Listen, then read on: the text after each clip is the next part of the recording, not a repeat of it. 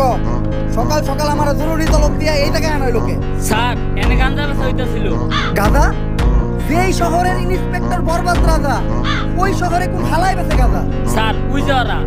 যাক সকাল সকাল তুই একটা ভালো কাজ করছ, তার লেগে আই ফাঁকি। স্যার এইটা কি কইলেন আপনি?